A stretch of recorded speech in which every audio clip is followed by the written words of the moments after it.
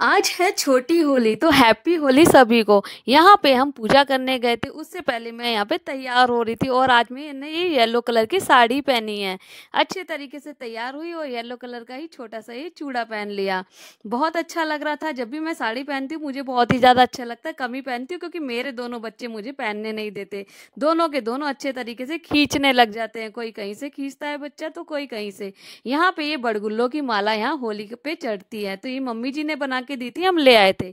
यहाँ पे हम लोग पद पूजा करने के लिए आए थे। पूजा से मुझे होली की कहानी याद आ गई। प्राचीन काल में एक अत्याचारी राक्षस रहता था जो कि अपने आप को भगवान समझता था। उसको भी वरदान प्राप्त था ब्रह्मा जी से, ना ही तो वो दिन में मर सकता था, ना ही वो रात में मर सकता, ना ही कोई इसको देवी देवता कोई भी इसको नहीं मार सकता था। वो अपने आप को भगवान विष्णु की तरह मतलब कि पूजा कराना चाहता था। बट उसका बेटा जो था प्रहलाद, वो उसकी पूजा ना करके वो विष्णु जी की पूजा करता था और उसको भी विष्णु जी की अच्छी कृपा प्राप्त हो रखी थी प्रहलाद को।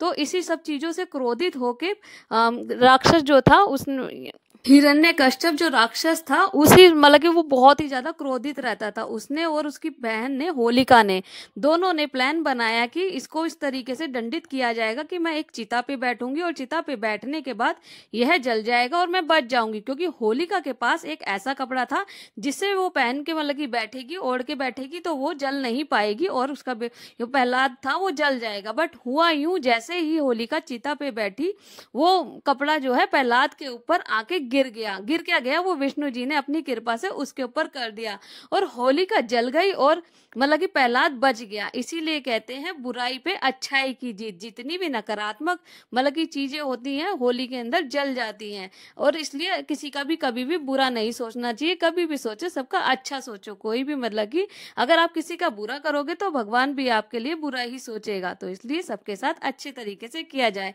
यहाँ पे मेरी छोटी सी कहानी भी कंप्लीट हो गई और मैं पूजा करके घर पर भी आ गई।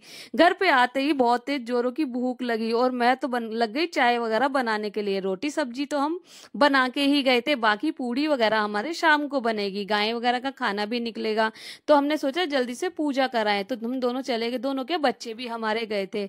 यहाँ पे मैंने अरबी की सब्जी बनाई थी और चाय यहाँ पे बनाने में हम लोग लगे हुए थे। और पति का आना तो संभव है, किचन में कुछ ना कुछ कराने के लिए आते ही रहते हैं। यहाँ पे ये थोड़ी सी चाय मैं बना रही थी और इंस्ट्रक्शन देने के लिए ये आ रहे थे कि ये कर लो और वो कर लो। मैंने कहा आप ही बना लो ये चाय। फिर यही बनाने के लिए लग गए थे। मैंने फिर इनको बोला कि आप बच्चों को लेके बैठ जाओ। देखो मैंने साड़ी पहनी थी तो मैं भी मतलब कि कंफर्ट उतनी नहीं हो पाती हूँ क्योंकि काम बहुत ही ज्यादा होते हैं। आज छोटी होली है, हमारी पूजा अच्छे से हो गई है और अब शाम को हम जाएंगे, जब होली जलेगी उस टाइम हम जाएंगे। यहाँ पे उस टाइम भी हमारे को जाना होता है। फिर क्या था, तब तक इनकी बुआ भी आ जाएगी और हम अच्छी तरीके से पूजा भी कर लेंगे। अभी तो हम चारों ने कर लिए, शाम को उनके साथ भी जाएंगे। हम लग गए थे यहाँ पे अपना ब्रेकफास्ट करने के लिए। ब्रेकफास्ट में बस वो यही रोटी सब्जी थी, सिंपल सा ही बनाया क्योंकि शाम को तो पूड़ी वगैरह बननी ही है। और ये मेरा बड़ा बंदर आज बहुत ही ज्यादा एक्साइटेड है, पूजा करके आया है, बहुत ही ज्यादा इसको अच्छा लग रहा था यहाँ पे। और छोटा वाले को देखो, मैंने कहा ये भी पीछे से चिल्लाने लग रहा था मम्मा मुझे भी खाना दे दो। तो फिर दूसरी तरफ मैंने इसको भी खाना दे दिया था कि ले तू भी खा ले, अच्छे तरीके से खाएगा तो पेट भर जाएगा।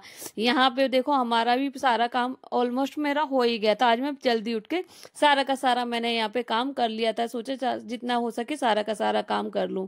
और सबको, आप सबको भी हैप्पी होली मेरी तरफ।